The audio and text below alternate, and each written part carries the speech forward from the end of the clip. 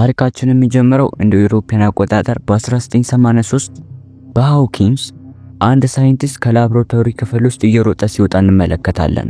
በፍጥነትም ይህ ሳይንቲስት ወደ ሊፍት ውስጥ ይገባል። ከገባ በኋላም ሊፍቱ ሊዘጋው ሲል አልዘጋ ይለዋል። ሳይታሰብም አንድ ጭራቅ ይመጣና የሳይንቲስት ጎትቶ ይወስደዋል።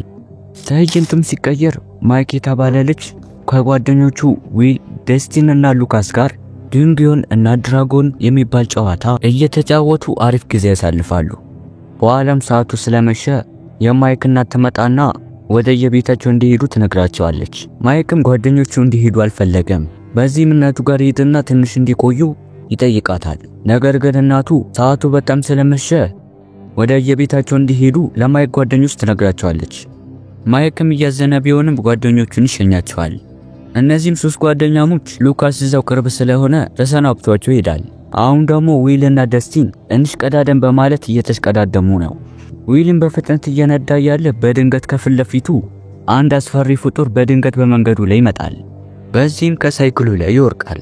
በፍጥነትም ወደ ቤቱ እየነዳ ይሄዳል። በቤትም ከደረሰ በኋላ እናትና ወንድሙን ይጣራል። ነገር ግን እነሱ ቤት አልነበሩም። ስልክም አንስተው ቢደውልላቸው ስልካቸው አይሰራም ነበር። ዊልም በጣም ፈርቶ ስለነበረ ከቤቱ ይወጣና ወደ መጋዘናቸው ይገባል። በመጋዘኑ ውስጥም አንድ ጠመንጃ ስለነበረ እሱን በማቀባበል ይህን ከኋላ የሚያሰደውን ጭራቅ ይጠባበቃል። በድንገትም መጋዘን ውስጥ ያለው መብራት ከልክ በላይ መብራት ይጀምራል። ልክ በዛ ሰዓት ዊል ከቦታው ይሰወራል።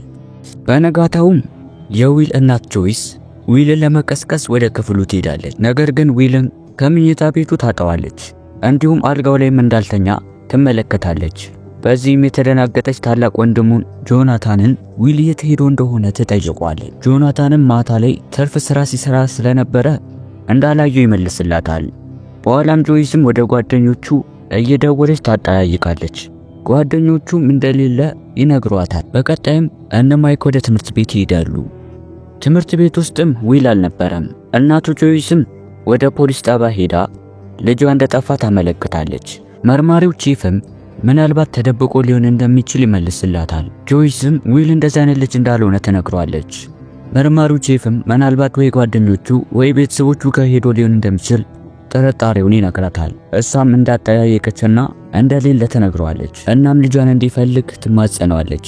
ትዕይንቱም ሲቀየር አንድ ድርጅት ውስጥ ብዙ ሰዎች የአደጋ ጊዜ ልብስና ማስክ ሲያደርጉ እንመለከታለን። በኋላም እነዚህ ሰዎች መሳሪያ ታጥቀው አንድ መጋዘን የሚመስል ቦታ ይሄዳሉ። በግድግዳው ላይም የተቦጫጨረ ነገር ይመለከታሉ። በኋላም ወደ አንድ ክፍል ሲገቡ አንድ እንግዳ የሆነ ነገር ይመለከታሉ። በቀጣይ አንዲት ልጅ ባዶ እግሯን የሆስፒታል ልብስ ለብሳ በጫካ ውስጥ ስትሄድ እንመለከታለን። አንድ ምግብ አብሳይም ከሬስቶራንቱ ወጥቶ ዕቃ ሲጥል ትመለከቷለች። ልጅቷም ተከትለው ወደ ቤቱ ትገባለች። ወደ ኪችኑ ስትገባ ምግብ አይታ ትበላለች። አበላሏም እንደራባት ታስታውቅ ነበር። በድንገትም ምግብ አብሳዩ ያገኛታል። እሷም ለማምለጥ ስትሞክር በፍጥነት ይዛታል። በኋላም አሪፍ ምግብ ይሰራላትና እንድትመገብ ያደርጋታል። ልጅቷም የቀረበላትን በፍጥነት ነበር ስትበላ የነበረው። ምግብ አብሳዩም እየተገረመ ይመለከታታል። በኋላም ቤተሰቦቿ እስካሁን አብልቷት እንደማያውቁ ይጠይቃታል። ልጅቷም ምንም አይነት መልስ ሳትሰጠው ምግብ መብላቷን ትቀጥላለች። በኋላም ሰውየው ምግቧን ተቀብሏት ብዙ ምግብ ስላለው እንደሚሰጣት ይነግራታል። ነገር ግን የሚሰጣት የጠየቃትን ጥያቄ የሚመልስላት ከሆነ ነው። ሰውየው ምን ተዋወቅ ብሏት ስሙም ቢኒ እንደሚባል ይነግራታል። የሷንም ሲጠይቅ ግን አልመለሰችለትም። በእጇ ላይም የ11 ቁጥር ንቅሳት በእጇ ላይ ይመለከታል። ስሟንም ካልነገራት ምንም አይነት ምግብ እንደማይሰጣት ይነግራታል። በኋላ ልጅቷም ስሟ 11 እንደሚባል ትመልስለታለች። በሌላ በኩል ፖሊሶቹ ዊልን ፍለጋ ወጥተዋል። ዊልንም መንገድ ላይ እየፈለጉት እያለ በድንገት አንድ ፖሊስ የዊልን ሳይክል በጫካ ውስጥ ያገኛል። ፖሊሱም ሼፍም የዊልን ሳይክል ይዞ ወደ ቤተሰቦቹ ይወስዳል። ሳይክሉንም ጫካ ውስጥ ወርቆ እንዳገኙትና ዊልን ግን ሊያገኙት እንዳልቻሉ ይነግሯታል። በሌላ በኩል ማይክ ጓደኛው በመጥፋቱ የሆነ ነገር ለማድረግ ይወስናል። በኋላም በጓደኞቹ ጋር የሚጠቀመውን ሬዲዮ በመጠቀም ጓደኛቸው ዊልን ለመፈለግ መነጋገር ይጀምራሉ። በሌላ በኩል በመጀመሪያው ትዕይንት የተመለከትናት 11 የተሰጣትን ምግብ እየበላች ከጆን ጋር ታወራለች። በድንገትም በሩ ይንኳኳና ጆን ሄዶ ይከፍተዋል። በሩንም ሲከፍት አንድ ሴትዮ ነበረች። ሴትዮዋም ከእርዳታ ማዕከል እንደመጣች በመናገር ወደ ውስጥ ትገባለች። በድንገትም ጆን ሳያስበው ከኋላው ሽጉጥ ተኩሳበት ትገለዋለች። በዚህ ሰዓት 11 በፍጥነት ከቦታው ማምለጥ ትጀምራለች። ሁለት ወታደሮችም ፊት ለፊት ያጋጥሟታል። ነገር ግን እቺ ባለ ተሰጦ 11 በፓወሯ ገለዋቸው ታመልጣለች። በሌላ በኩል እነ ማይክና ጓደኞቹ ዊል ፈለገ ወደ አንድ ጫካ ውስጥ ገብተዋል። በድንገትም በመንገዳቸው 11ን ያገኟታል። በኋላ ማይክልና ጓደኞቹ በዝናብ የበሰበሰችውን 11ን ወደ ማይክ ቤት በመውሰድ ደብቀዋታል። እና ማይክን በጥያቄ ያጣድፏታል። እሷ ግን ምንም ልትናገር አልቻለችም። በኋላም አንድ ልብስ ያመጣላትና እንድትቀይር ይሰጣታል። እስክትቀይር ድረስም ሶስቱ ጓደኛሞች ማውራት ይጀምራሉ። ሉካስ እያደረጉት ያለው ነገር ምንም እየጣመው አይደለም። ማይክም ልጅቷን ዝናብ ላይ ጥሯት መሄድ ልክ እንዳልሆነ ያስባል። ጀስቲንም ይህንን ነገር ለማይክ እናት መናገር እንዳለባቸው ቢናገርም ነገር ግን ማይክ እንደማይሆን ይነግረዋል። በኋላም ሉካስና ጀስቲን ወደ ቤታቸው ይሄዳሉ። በኋላም ማይክ 11ን ስሟን ሲጠይቃት እጁን ታሳየዋለች። ማይክም ወዲያው ስለገባው ስሟ 11 እንደሆነ ተገንዝቦ ዝም ይላል። በሌላ በኩል ፖሊሱ ቼፍም ይመጣል። ጆይሲም ምን አዲስ ነገር እንዳለ ፖሊሱን ትጠይቋለች። ፖሊሱም ቼፍም ሌሊት ሙሉ ሲፈልጉት እንዳደሩና ምንም ነገር ሊያገኙ እንዳልቻሉ ይናገራል። ጆይስም ለፖሊሱ ቼፍ ምሽት ላይ ስልክ ተደውሎላት እንደነበረና የደወለውም የዊል ድምጽ እንደሚመስል ለፖሊሱ ትነግሯለች። ነገር ግን ፖሊሱ ቺፍ ምናልባት ፕራንክ ሊሆን እንደሚችል ይነግራታል። ለባላ ደውላ እንደሆነ ይጠይቃታል። እሷም እንዳልደወለች ትነግሯለች። ምክንያቱም ደግሞ እሱ ግድ የለውም። ቺፍም አባታቸውን ለማናገር ይወጣል። ከመሄዱ በፊት ግን ጆናታን ይመጣና እሱ ቢያናገሩ እንደሚሻል ይነግረዋል። ነገር ግን ቺፍ ከእናቱ እንዳይለይና እንዲጠብቃት ነግሮት ይሄዳል። በሌላ በኩል ማይክ ከቤተሰቦቹ በመደበቅ ለ11 ቁርስ ይዞላት ይሄዳል። እየበላችም እያለ አሁን ቀስ ብላ እንድትወጣና እንግዳ መስላ እንደገና በራቸውን እንድታንኳኳ በኋላ እናቱ ስትከፍትለት እንደጠፋችና እርዳታ ፈልጋ እንደሆነ ለእናቱ እንድታስረዳ እቅዱን ይነግራታል። 11 ግን ችግር ውስጥ እንዳለችና መጥፎ ሰዎች እሷን ሊገሏት እያሰደዷት እንደሆኑ ለማይክ ተነግሯለች። በኋላ ማይክ እናቱ ስትጠራው በፍጥነት ከዚህ ቦታ እንዳትወጪ በማለት ወደ ትምህርት ቤት ይሄዳል። በሌላ በኩል በትምህርት ቤት ውስጥ የማይክ እህት ናንሲ ከፍቅረኛዋ ስቲቭ ጋር እያወራች ነው። ፍቅረኛዋ ስቲቭም ምሽት ላይ ቀለል ያለ ፓርቲ እያዘጋጀ ስለሆነ እንድትመጣ ይጠይቃታል። እሷም እያንገራገረች ቢሆንም እሺ ትለዋለች።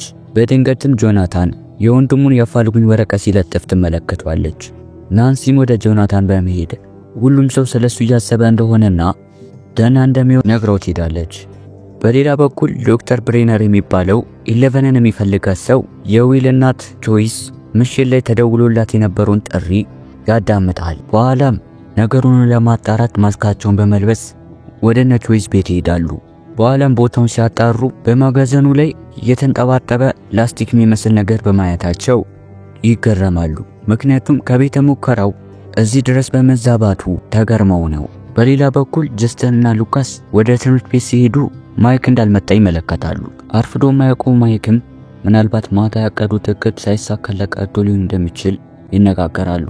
ማይክን ቤተሰቦቹ ሲወጡ ጠብቆ ወደ ቤት ሄዶ ነበር። 11ንም ቤታቸውን እያስጎበኛን ነው። መጫወቾች እንዲሁም ፎቶዎችን እያስጎበኛን ነው። በድንገትም የማይክ እናት ከሄደችበት ትመለሳለች። በኋላ ማይክ በድንጋጤ በፍጥነት 11ን ቁምሳጥን ውስጥ ከቷት ይዘጋባታል። እናቱም ማይክን ለምን እንደቀረ ትጠይቀዋለች። እሱም አሞት እንደሆነ ይመልስላታል። በሌላ በኩል ፖሊሶች ፍለጋቸውን ቀጥለዋል። በኋላም ፖሊሱ ቼዝ አንድ አደጋ እንደተፈጠረ ይደውልለትና አደጋ ወደ ተፈጠረበት ቦታ ይሄዳል። እነሱም ቦታው ላይ ሲደርሱ ከዚህ ቀደም 11ን ሲመግባት የነበረው ቤን ነበረ።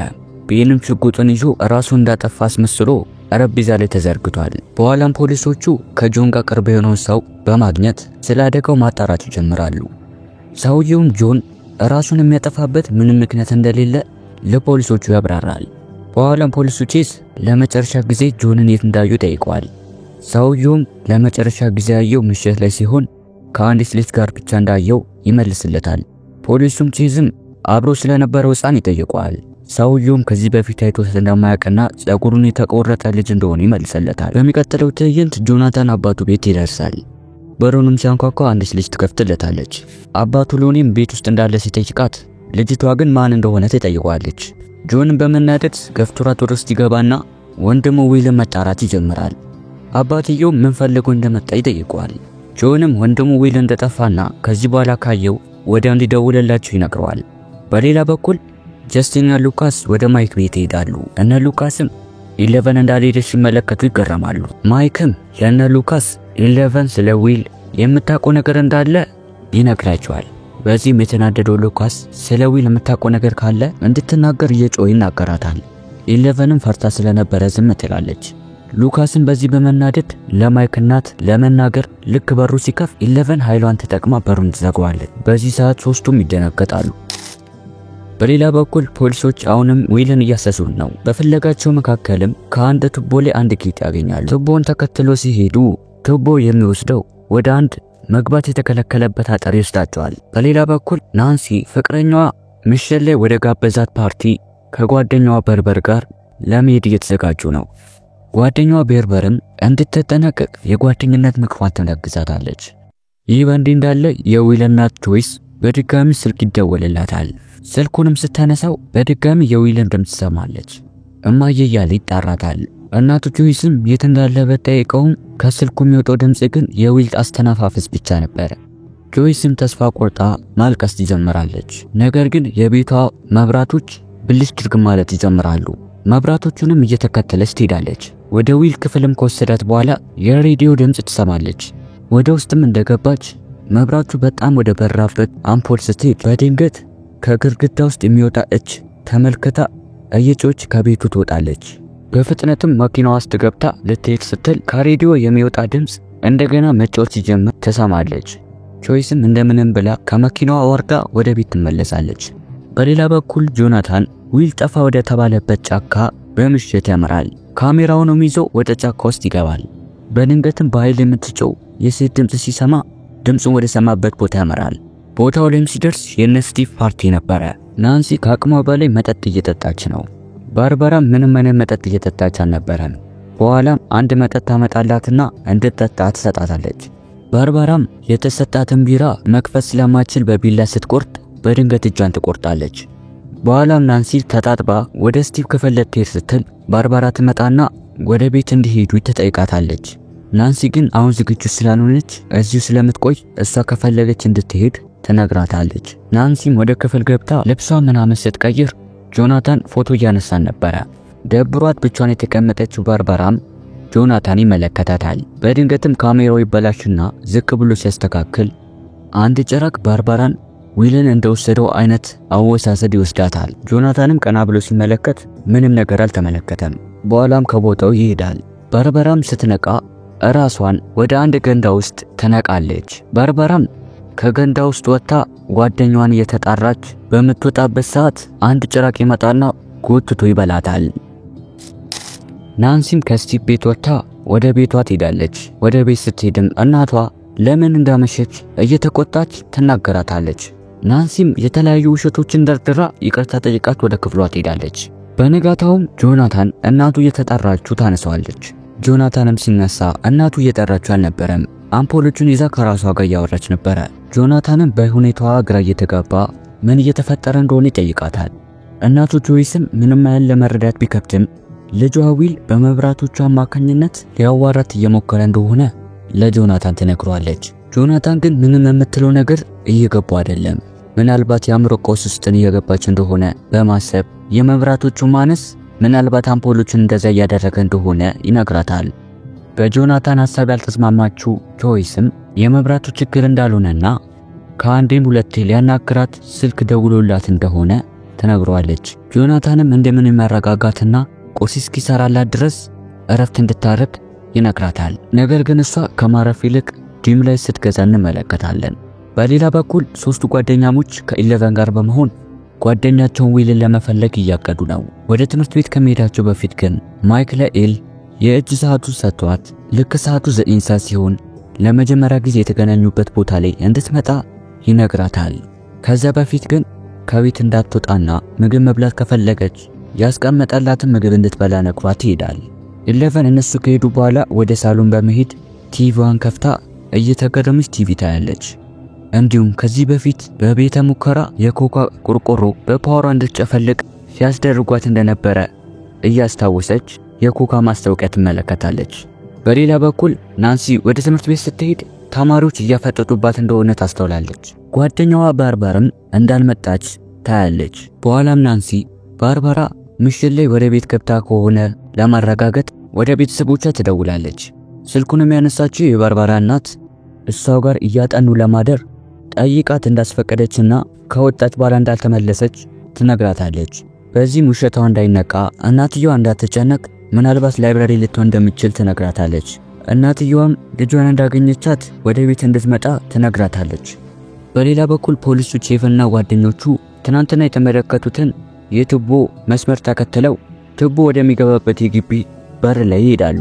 ግቢውም የምርመራ ቤት ስለነበረ ወደ በሩ ሲገቡ ጠባቂው ያገኛቸዋል። ጄፍም ለጉብኝት እንደመጡና በሩ እንዲከፍቱ ይነግረዋል።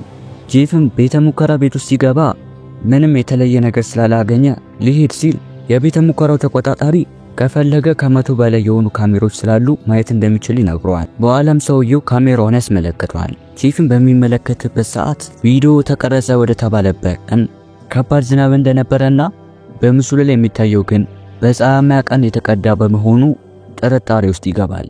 የሆነ ነገር እንደደበቁትን በማስተዋል አሁን ላይ ምንም ማድረግ ስለማይችል በሌላ ነገር ለማጣራት ከጓደኞቹ ጋር ከቦታው ይወጣሉ። በኋላም ፖሊሱ ቺፍ ስለ ቤተ ሙከራው ለማጣራት ከቤተ ሙከራው በቅርብ ከሚገኝ ቤተ መጻሕፍት ይሄድና ከስራ ባልደረባው ጋር ማጣራት ይጀምራል። በሌላ በኩል ጆናታን ከትምህርት ቤት እየወጣ ያለ እነ ናንሲ ያስቆሙታል።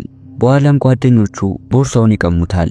እነሱም ቦርሳውን ከፍቶ ሲመለከቱ ማታ ላይ ተደብቆ ያነሳቸውን ፎቶዎች ይመለከታሉ። ጆናታን ወንድሙን እየፈለገ እንደሆነ ቢያስረዳም በድርጊቱ የተናደደው ስቲቭ ፎቶዎቹን በመቅደድ ካሜራውን ይሰብርበታል።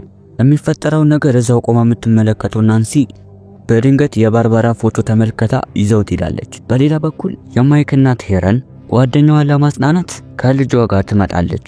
ጆይስም ስለመጣች እየመሰገነቻት ለኪረን እስካሁን የተፈጠረው ነገር ትነግራታለች። እናም ከዚህ በፊት ስታይ የነበረውን መናገር አልፈለገችም። ምክንያቱም ደግሞ ላታምነኝ ትችላለች ብላ በማሰብ ነበር። ቤት ውስጥም ያደረገችው ዲም ላይት ዊል ስለሚያስታውሳት እንደሆነ ትነግራታለች። እነሱ በሚያወሩበት ጊዜ የዲም ላይቱ መብራት የሳባት የኪረን ልጅ መብራቶችን እየተከተለች ወደ ዊል ክፍል ትገባለች። ኪረንም ልጇን መጠየቅ ትጀምራለች። በኋላም በድንጋጤ ወደ ዊል ክፍል ይሄዳሉ። ልጅቷም በትናንት ምሽት ላይ ጆይስ የተመለከተችው ከግድግዳ ውስጥ አንድ እጅ ሲወጣ ልጅቷም ትመለከታለች። በኋላም ጆይስ ልጅቷ ምን እንዳየች ትጠይቃታለች። ልጅቷ ግን ፈርታ ስለነበረ ዝም ትላለች። በኋላም ጆይስ ሁለቱንም በማመስገን ወደ ቤታቸው እንዲሄዱ ትሸኛቸዋለች። በሌላ በኩል ሰዓቷን ጠብቃ እነ ማይክን እየጠበቀችው ያለችው ኢለቨን አንድ ድመት አጠገቧ ስትመለከት በትውስታ ከዚህ በፊት በቤተ ሙከራ ውስጥ ዶክተር ብሬነር የተባለው ሰው ድመቷን እንድትገላት የታዘዘችውን እያስታወሰች የማይሆን ቅዠት ውስጥ ትገባለች። በኋላም እነ ማይክ ይመጣሉ። በኋላ ማይክም ኢለቨንን ከኋላው በማድረግ በሳይክል ይሄዳሉ። በሌላ በኩል ናንሲ የጓደኛዋ መጥፋት አእምሯን እያሳረፋት አይደለም።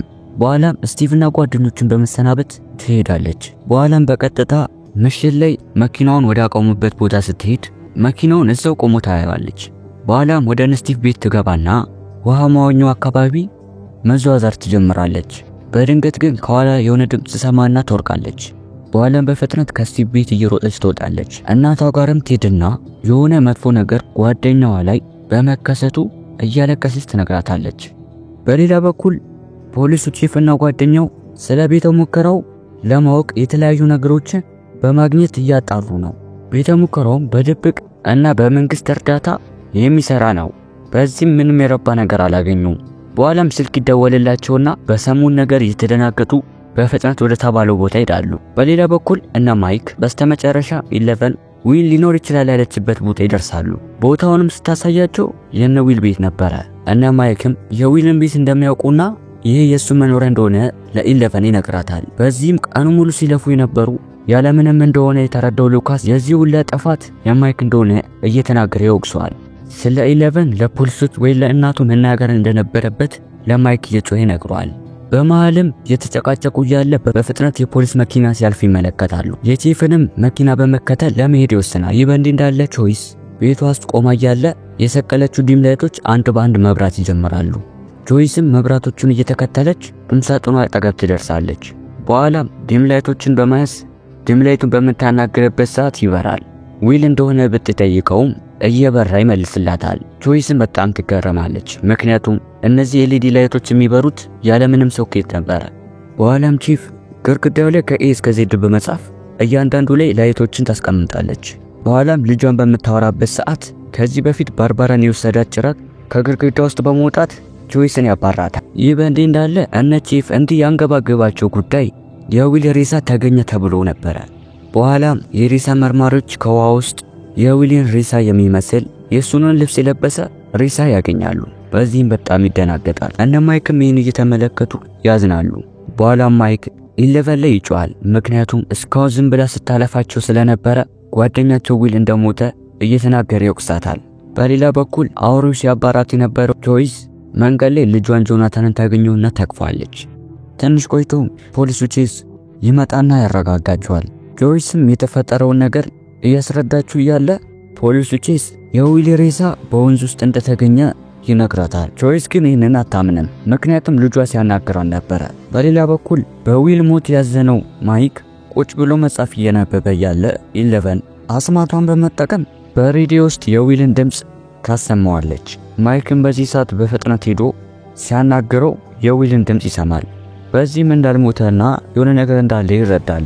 በንጋታውም ማይክ በፍጥነት ወደ ጓደኞቹ ይደውላል። በንጋታውም ሶስቱ ጓደኛሞች ከተገናኙ በኋላ ደስቲን በኤቪ ክለብ ቢሮ ውስጥ የሚገኘው ሬዲዮ ለመጠቀም ሐሳብ ያቀርባል። ስለዚህም ተደብቆ ትምህርት ቤት ለመግባት ይወስኑና ኢሌቨንን ደግሞ መልኳን ሊቀይሩ ይወስናሉ።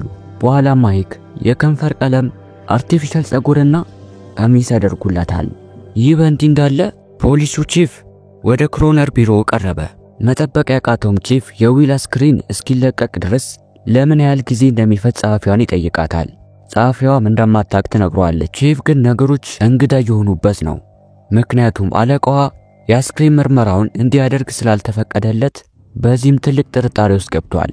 በኋላም ቺፍ ጸሐፊዋን የአስክሬን ምርመራውን ማን እንዳደረገ ይጠይቃታል። ጸሐፊዋም የመንግስት ወታደሮች እንደሆኑ ትመልስለታለች።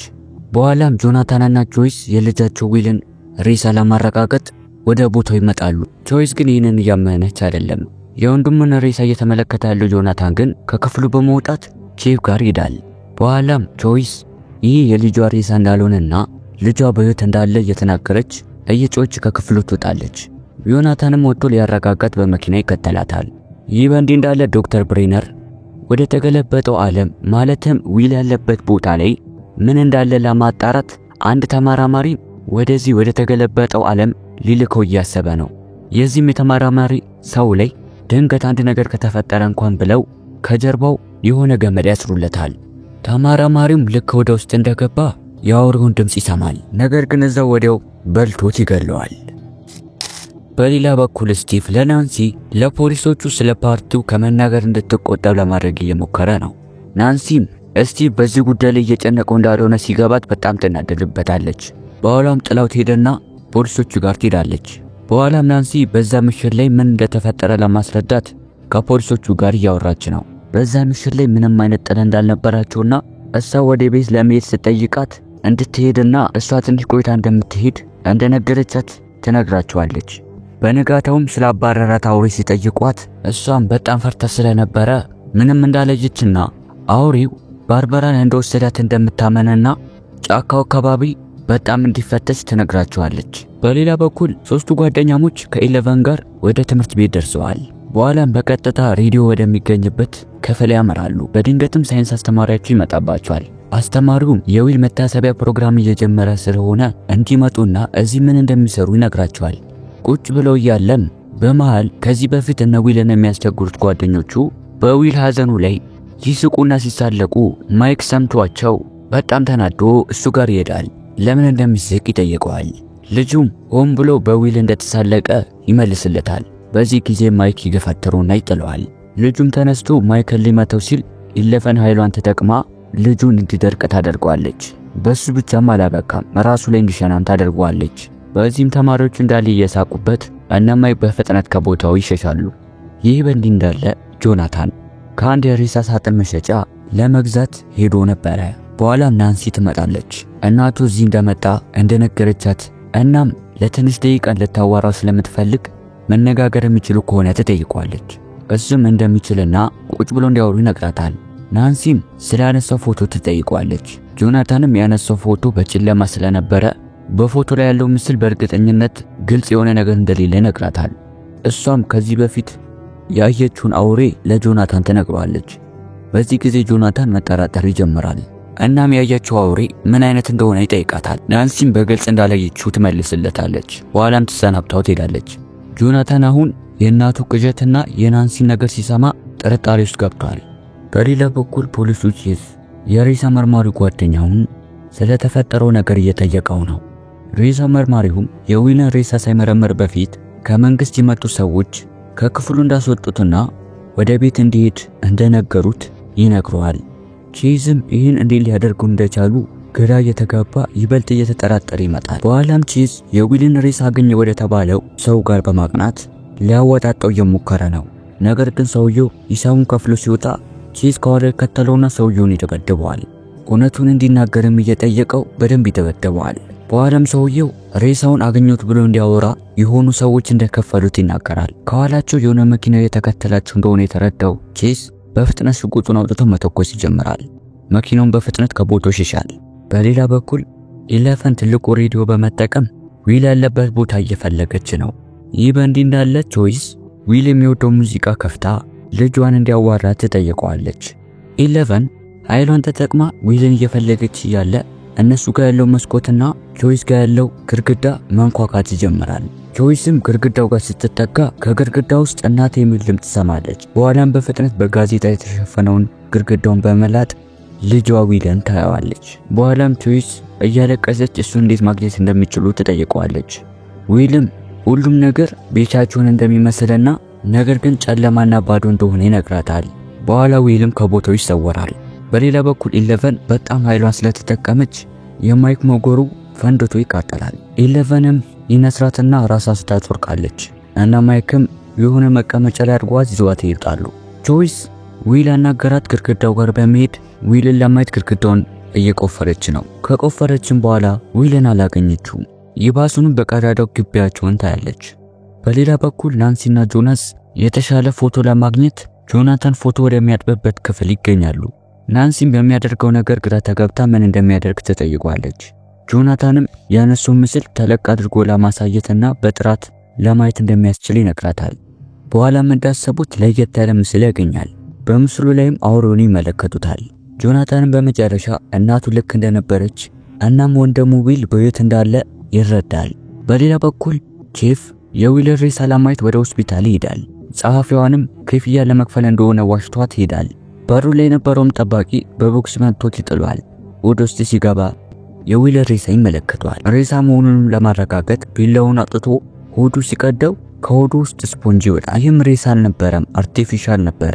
በኋላም ቺፍ ወደ ቤተ ሙከራው ህንጻ ይሄዳል። ቺፍ ዊል እያለ መጣራት ይጀምራል። ሁሉንም ክፍሎች እየተመለከተ ነው። በኋላም እየሄደ ያለ ወደ አስፈሪው ግልባጭ ዓለም ወደሚወስዱ አስፈሪ ቀዳዳ ይገባል። ቦታውንም እየተገረመ ይመለከታል። በድንገት ግን ሁለት ጠባቂዎች ይመጡና አፈነው ራሱን ያስጡታል። በሌላ በኩል እነ ማይክ እስካሁን የተፈጠረው ነገር ከሚያውቁት ጨዋታ ጋር የተመሳሰለባቸው ስለሆነ ይህን የግልባጭ ዓለም የበለጠ ለማወቅ የተለያዩ መጽሐፎችን እያወጡ የበለጠ ማንበብ ይጀምራሉ። እናም ከመጽሐፉ ላይ የተረዱት ይህ የግልባጭ ዓለም እነሱ ከሚኖሩበት በነጸብራቅ ሲሆን ውስጡ ጨለማ እንደሆነ ከመጽሐፉ ላይ ይረዳሉ። ቦታውም በጣም አስፈሪና አውሬዎች የተሞሉበት እንደሆነም ይረዳሉ። ኢሌቨንንም የምታውቀው ነገር ካለ ይጠይቋታል። እሷ ግን ዝምቷን መርጣ ዝም ትላለች። በሌላ በኩል ጆይስ ጋር ባለቤቷ ሉኒ መጥቶ ነበረ። እሷንም እያጽናናት እያለ ጆይስ እስካሁን ስለተፈጠረው ነገር ታስረዳዋለች። ሉኒ ግን እሷ የምታወራው ነገር የእብደት ወሬ እንደሆነ ይመልስላታል። እያወሩ ያለም ልጃቸው ጆናታን ይመጣል። አባቱንም ያየው ጆናታን ብዙም ደስተኛ አልነበረም። በኋላም ለምን እንደመጣ ሲጠየቀው ለቀብሩ ስነ ስርዓት አብሮ ለመዘጋጀት እንደመጣ ይናገራል። የቤቱንም ግድግዳ ሲመለከት ምን ሆኖ እንደሆነ ይጠይቃታል። በኋላም እናቱንም ከዚህ በፊት አይታው የነበረው አውሬ በድጋሚ አይታው ከሆነ ይጠይቃታል። በንጋታውም የማይክ ቤተሰቦች የሐዘን ልብሳቸውን እየለበሱ ነው። ምክንያቱም የዊል ቀብር ለማድረግ ነበረ። ከቀብሩ በኋላም ጆናታንና ናንሲ አብረው እያወሩ ነው። የሚያወሩትም ስለ ባርባራ ጉዳይ ነበረ። በሌላ በኩል በትምህርት ቤቱ ሬዲዮን ማን እንዳፈነዳ ለማየት እያጣሩ ነው። የምርመራ ማዕከሎችን መጥተው ነበር። እናም ሬዲዮውን ሲቃጠል በቦታው ማን እንደሆነ መጠየቅ ይጀምራሉ። በኋላ መልስ ሳያገኙ ቀርተው ቦታውን ለቀው ይሄዳሉ። በሌላ በኩል ታፍኖ የተወሰደው ቼዝ ሲነቃ ራሱን የራሱ ቤት ያገኛል። መሳሪያውንም በማውጣት በፍጥነት አካባቢው ላይ ማን እንዳለ ያጣራል። ማንም እንደሌለ ከተመለከተ በኋላ ወደ ውስጥ ገብቶ ምሽት ላይ ያፈኑት ሰዎች ምናልባት ሊከታተሉት መከታተያ መሳሪያ ካስቀመጡ ብሎ ቤቱን እንዳለ መፈተሽ ይጀምራል። እንደገመተውም ሰዎቹ መከታተያ መሳሪያ ገጥመውበት ነበር። ይህ በእንዲህ እንዳለ ማይክ የቀብር ፕሮግራሙ ላይ የሳይንስ አስተማሪያቸውን አግኝተውት ሊያዋሩት እንደሚፈልጉና ብዙ ጥያቄ እንዳላቸው ይነግሩታል። በኋላም ማይክ ጥያቄያቸውን ይጀምራሉ። ይህንን ዓለም የሚመስል የግልባጭ ዓለም እንዳለ ይጠይቁታል። ሳይንስ አስተማሪያቸውም ይህ ነገር ያለው በሐሳብ ደረጃ እንደሆነ ይመልስላቸዋል። እነሱም በሐሳብ ደረጃ እንዴት ወደዛ መሄድ እንደሚችሉ ይጠይቁታል። እሱም በጣም ከሰው የሚርቅ ኃይል ያለው ሰው ካለ እናም ሁለቱም ዓለማት ላይ ካረፈ እናም ሁለቱን ዓለም የሚያገናኝ ቀዳዳ እንደሚከፈትና እናም ይህን ቀዳዳ ልክ እንደ በር እንደሚያገለግል ይመልስላቸዋል። በኋላም ጥያቄያቸውን ከጨረሱ በኋላ ወደ ቤት ይመለሳሉ። ቀጥሎ ምን እንደሚያደርጉ ማሰብ ይጀምራሉ። ሉካስና ማይክ 11ን ወደ ተገለበጠው ዓለም የሚያስገባ በር የምታውቅ ከሆነ ይጠይቋታል። 11ም በኮምፓስ አቅጣጫውን ማግኘት እንደሚችሉ ነግራቸዋለች። በኋላም ደስቲን አንድ የድሮ ኮምፓስ ያመጣና ይህን የግልባጩን ዓለም ለማግኘት እቅድ ያወጣሉ። በሌላ በኩል ጆይስና ባለቤቷ በዊል ጉዳይ ሲከራከሩ እንመለከታለን። በኋላም ጆይስ በንዴት ከዚህ ቤት እንዲወጣና ሁለተኛ እዚህ እንዳይመጣ የጮች ተናገረዋለች። ይህ በእንዲህ እንዳለ የግልባጩን ዓለም በር ለመፈለግ የወጡት እነ 11 ጉዞአቸውን ጀምረዋል። እየሄዱም እያለ ኮምፓሱ ሲመለከቱት ኮምፓሱ ወደ ኋላ ይመለሳል። ሉካስን በመናደድ 11ን ኮምፓሱን ወደ ኋላ የመለሰችው እሷ እንደሆነች እየተናገራት ይጮህባታል። 11ም ይህን አድርጋ ነበረ፣ ምክንያቱም ወደዚህ የግልባጭ ዓለም በር ላይ መሄድ በጣም አስከፊ ስለሆነ ነበረ። ነገር ግን ማይክ ለ11 ይደረብና ከሉካስ ጋር መደባደብ ጀምራሉ። በዚህም 11 ሉካስን በኃይሏ ገፍትራ ትጥለዋለች። በኋላም ሉካስ ራሱን ከሳተበት ይነቃና ተናዶባቸው ትቷቸው ጥሏቸው ይሄዳል። ማይክም 11ን እንደዚህ ማድረግ እንደሌለባት ይነግራታል። በሌላ በኩል ጆናታንና ናንሲ እነ ዊልን የወሰደውን ጭራቅ ለማግኘት ወደ ጫካ ገብተዋል። በመፈለግ ላይም እያሉ ይመሻል። በመንገዳቸው ላይም አንድ የሞተ አጋዘን ይመለከታሉ። አጋዘኑንም ጭራቁ እንደበለው ይገነዘባሉ። በኋላም ናንሲ አንድ ዛፍ ትመለከታለች። ዛፉም ወደ ግልባጩ ዓለም የሚያስገባው ቀዳዳ ነበረ።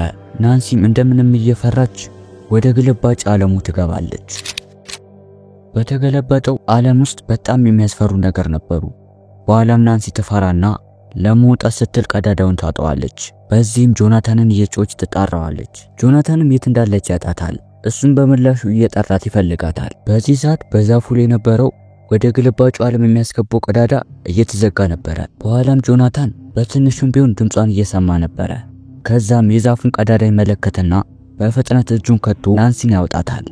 በሌላ በኩል የናንሲ ፍቅረኛ የሆነው ስቲቭ ስለ ናንሲ ተጨንቆ ወደ ቤቷ ሄዶ ክፍሏን በመስኮት ሲመለከት ጆናታንና ናንሲ ሲተቃቀፉ ይመለከታል። በዚህም በጣም ይናደዳል። በሌላ በኩል ጆይስና ቺፍ ቁጭ ብለው ያወሩ ነበረ። ጆይስም የሆነ ጊዜ ላይ 11 ያገኛት ቢን በቦታው ላይ የነበረው ልጅ ዊል እንዳልሆነ ይነግራታል። እናም ስለ 11 ለማጣራት አንዲት ቴሪ የተባለች ሴት በምርምር ልጇን በሞት አጥቻለሁ ያለችውን የሴት ታሪክ ያስታውሳል። በነጋታውም ጆይስ የቴሪን አድራሻ ያገኝና ቴሪ ለማግኘት ከጆይስ ጋር ወደ ቤቷ ይሄዳሉ። በሩንም የከፈተችላቸው የቴሪ እህት ነበረች።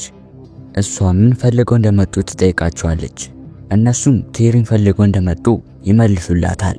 ከገቡም በኋላም ጆይስ ስለ ዊል የምታውቀው ነገር ካለ እንድትነግራት ትጠይቃታለች። ነገር ግን ቴሪ ምንም ምላሽ እየሰጠችላት አልነበረም። ነገር ግን የቴሪ እህቷ ቴሪ መናገር ካቆመች ብዙ ዓመት እንደሆናት ትነግራታለች። በኋላም አንድ ላይ ቁጭ ብለው ያወራል። ቴሪ መናገር አቅቷት ሳይሆን ልጇን በማጣቷ እንደዚህ እንደሆነች ትነግራታለች። በኋላም ጆይስ ቴሪ ስላጣችው ልጅ ትጠይቃታለች። የቴሪ እህትም ልጇ እንደተጨናገፈ ሲሆን ነገር ግን ቴሪ ልጇ ልዩ ኃይል ስለነበራት መንግስት እንደወሰደባት ነበር የምትናገረው። በኋላም በሰሙት ነገር እየተገረሙ እነ ጆይስ ቤቱን ለቆ ይወጣሉ። በሌላ በኩል ጆናታንና ናንሲ ጭራቁን እንዴት ከዛ አውጥተው እንደሚገሉት እያሰቡ ነው። በኋላም ጭራቆን ለመግደል የሚያስፈልጋቸውን ቁሳቁሶች መገዛዛት ይጀምራሉ። ከመሸጫ ሱቁም እንደወጡ እነ ስቲቭ በንዴት የናንሲን ስም ሰርበው በከተማው ትልቅየው ባነር ላይ ለጥፈውት ነበረ። በኋላም ይህን የተመለከተችው ናንሲ በንዴት ስቲቭ ጋር ትሄዳለች። በጥፊም ትመታዋለች። ስቲቭም ከዚህ ማይራባ ጋር ምሽት ላይ ለምን አብሮ እንዳሳለፉ ይጠይቃታል። እንዲሁም በዚህም አላበቃም። ጆናታንን ዊልና ቤተሰቡን መሳደብ ይጀምራል። በዚህ ሰዓት ንዴቱን መቋቋም ያቃተው ጆናታን ስቲቭን ከልክ በላይ ይደበድበዋል። በኋላም ፖሊሶች ይመጣሉ። ፖሊሶችም ጆናታንን ያስሩታል። በሌላ በኩል ማይክና ጀስቲን ሉካስን ስላስቀየሙት ይቅርታ ለመጠየቅ ወደ ሉካስ ቤት ይሄዳሉ። ሉካስም ይቅርታ የሚያደርግላቸው ከ11 ካረቁ ብቻ እንደሆነ ይነግራቸዋል። እነ ማይክም እሱ እንደማይሆንና ነገር ግን ከዚህ በኋላ ለነገሮች ኃላፊነት የሚሰጡት ለሱ እንደሆነ ይነግሩታል። በኋላም ከተስማሙ በኋላ ዊልን ለመፈለግ አንድ ላይ ይሄዳሉ። በሌላ በኩል ከነ ማይክ የተለየችው 11 አንድ ሬስቶራንት ውስጥ ገብታ ስለ ራበት የሚባላ ነገር እየወሰደች ነው። ሳትከፍልም በሩ ሰብራ ትወጣለች። እነ ማይክ በቅድሚያ 11ን ፍለጋ ተለያይተው ይወጣሉ። ስሟንም እየተጣሩ ጫካ ውስጥ ይፈልጓታል። እሷ ግን ብቻዋን ምግብ እየበላች ነበረ። በፈለጋቸው መሃልም ከዚህ በፊት በትምህርት ቤት ውስጥ 11 ሽንቱን ራስ ላይ እንዲለቅ ያደረገችው ልጅ እነ ማይክ ለመበቀል እያሳደዷቸው ነው። በኋላም ይከቧቸውና ይዘዋቸዋል። ከዛም ልጁ ጀስቲንን ይዘውና ቢላ ደቅኖበት ከድልድዩ ላይ ማይዘለቅ ከሆነ ጓደኛውን በቢላው እንደሚዘለዝልለት ይነግረዋል። ማይክም ለጓደኛው ብሎ ከድልድዩ ላይ ይዘላል። ነገር ግን ከድልድዩ ላይ የወደቀ ያለው ማይክ አየር ላይ ተንሳፎ ወደ ኋላ ይመለሳል። ይህንንም ያደረገችው 11 ነበረች። በኋላም ጀስቲንን ይዞት የነበረው ልጅ እጁን ቀሽታ አሰብርለታለች። ልጆቹም ሮጦ ከዛ ይመልጣሉ። ከዛም 11 ከዚህ በፊት ዶክተር ብሬነር ሲያስደርጋት የነበረውን ታስታውሳለች። በላብራቶሪ ውስጥ ከጭራቁ ጋር እንድትገናኝ ሲያስደርጋት የነበረውን ታስታውሳለች። በዚህም ዶክተር ብሬነር ከጭራቁ ጋር እንድትገናኝ ሲባል አንድ የቀዘቀዘ ውሃ ውስጥ ይከታት ነበረ። ከሀሳቧም ስትነቃ 11 ራሷ ስታ ነበረ። በኋላም 11 እያለቀሰች የግልባጩን ዓለም በር እሷ እንደከፈተችው ትናገራለች። በኋላ ማይክ ምንም ማለት እንዳልሆነ እየነገራት አንድ ላይ ተቃቀፋሉ። ይህ በእንዲህ እንዳለ ዶክተር ብሬነር 11ን ለመውሰድ ብዙ ወታደሮችና ብዙ የታጠቁ ሰዎችን ይዞ 11ን ፍለጋ ይወጣሉ። ሉካስ በመንገዱ ዶክተር ብሬነርና ሰዎቹን ይመለከታል። በኋላም 11ን ሊወስዷት እንደመጡ በመገመት በፍጥነት ለነ ማይክ ደውሎ ይነግራቸዋል። እነ ማይክም ከነበሩበት ቤት በፍጥነት እየሮጡ ይወጣሉ። ሲወጡና ሲሮጡም ዶክተር ብሬነር እያያቸው ነው። በፍጥነትም ከኋላና ከፊት ይከተሏቸዋል። ከፊት እየመጣ ያለውን መኪናም ተመልክተው ሊቆሙ የነበረው ማይክም 11 ከኋላ በአስማቷ ፊት ለፊቷ የነበረውን መኪና ትገለብጣለች። እዚህም የተቀሩትን መንገዳቸውን ተዘጋባቸውና ያመልጣሉ።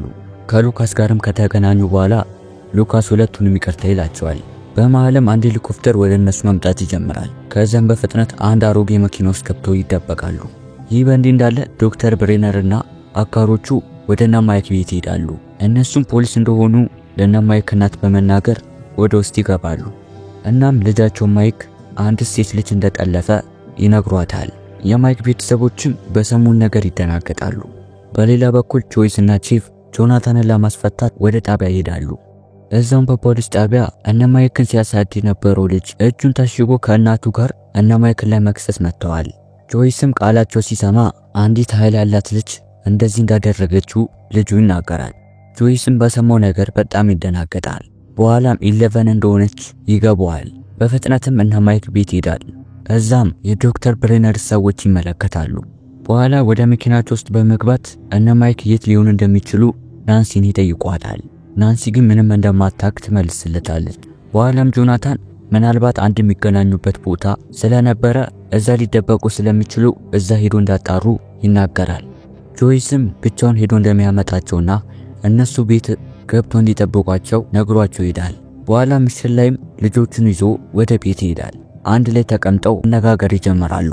እነ ማይክም ለነ ጆይስ የሚያውቁትን ነገር ሁሉ ይነግሯቸዋል። እንዲሁም ስለ ግልባጩ ዓለም ምንም ሳያስቀሩ ይነግሯቸዋል።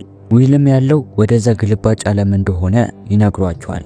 በኋላም 11 ከዚህ በፊት ዶክተር ብሬነር ወደ ግልባጩ ዓለም ለማስገባት የሚጠቀምበት ዘዴ ትነግራቸዋለች። ይህም ዘዴ በመጠኑ ጨው ያለው ቀዝቃዛ ውሃ ውስጥ እንደሚያስገባት እናም እነሱም ወደ ግልባጩ ዓለም እንድትሄድ እንደዛ እንዲያደርጉ ሐሳብ ታቀርባለች።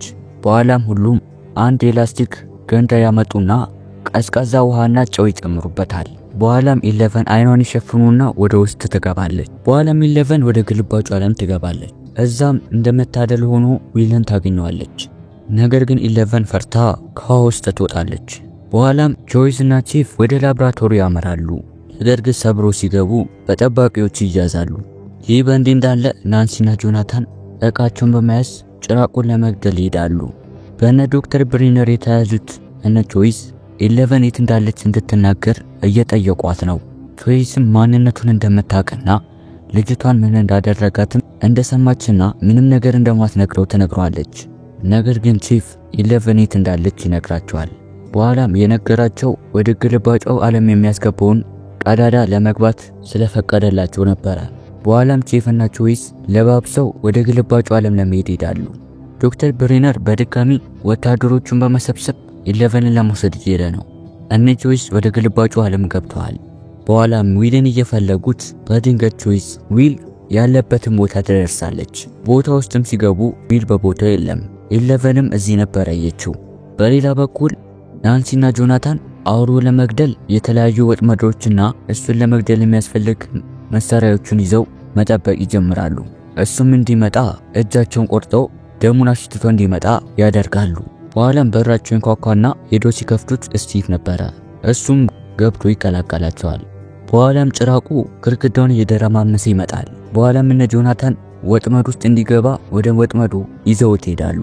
ነገር ግን ጭራቁ በፍጥነት ጆናታንን ጥሎት ሊበላው ሲል ስቲቭ በመምጣት እየደበደበው ወደ ወጥመድ ውስጥ ያስገባዋል። በኋላም ጭራቁ በወጥመዱ እንደተያዘ በፍጥነት ጋዝ ጨምሮበት ያቃጥሉታል። ጭራቁም ተቃጥሎ ይሞታል። በሌላ በኩል ዶክተር ብሪነር 11 ያለበት ቦታ ደርሰዋል። እነ 11ም ይህን ሲመለከቱ በፍጥነት ማምለጥ ይጀምራሉ። እየሮጡም እያለ የዶክተር ብሪነር ሰዎች ይመጣሉ። 11ም ትገላቸዋለች። በዚህ ሰዓት ደም የሸተተው ጭራቅ በድጋሚ ግድግዳውን እየሰባበረ ይወጣል። ጭራቁም ዶክተር ብሪነር ላይ ይወጣል እና ማይክን በፍጥነት ራሷን የሳተችው 11ን ይዟት ያመልጣሉ። በኋላም ጭራቁ እነሱ ወዳሉበት ይመጣል። ሊገላቸውም ሲል 11 በፓወሯ ወደ ግድግዳው ትለጥፈውና ከባድ ኃይል ተጠቅማ ትገለዋለች። በዚህ ሰዓት 11 ወደ ግልባጩ ዓለም ትገባለች። ይህ በእንዲህ እንዳለ እነ ጆይስ ከስንት መከራ በኋላ ዊልን ያገኙታል። በኋላም ራሱን ስቶ ስለነበረ በፍጥነት ከግልባጩ ዓለም ወጥተው ዊልን ወደ ሆስፒታል ይወስዱታል። ከታከመም በኋላ ይነቃል። እናቱም በጣም ደስ ይላታል። በኋላም ጓደኞቹ እነ ማይክ ይመጣሉ። ፊልሙን ከዓመታት በኋላ ይስተናል። ቀኑም የገና በዓል ስለነበረ እነ ማይክ በደስታ ያከብራሉ። ናንሲም ለጆናታን ስጦታ ትሰጠዋለች። በዚህም ፍቅር እንደጀመሩ እንረዳለን። ዊልና ጆይስም እንዲሁም ጆናታንም እየበሉ ያለ ዊል እጁን ለመታጠብ ወደ መጸዳጃ ይሄዳል። በዚህም እየታጠበ ያለ አንድ ትንሽ ትል ያስታውቃል። በዚህም ለቅጽበት መጸዳጃ ቤቱ ወደ ግልባጩ ዓለም ለትንሽ ሰከንድ ይለወጣል።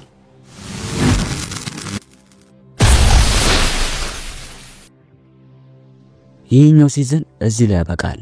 ፊልሙ በርካታ ሲዝኖች ያሉ ሲሆን ቀጣዩ ሲዝን እንዲሰራላችሁ ከፈለጋችሁ ቪዲዮ ላይክ እንዲሁም ኮሜንት ላይ እንዲሰራላችሁ ሐሳባችሁን አስቀምጡ። በሌላ ፊልም እስከምንገናኝ ቸር ቆዩልን።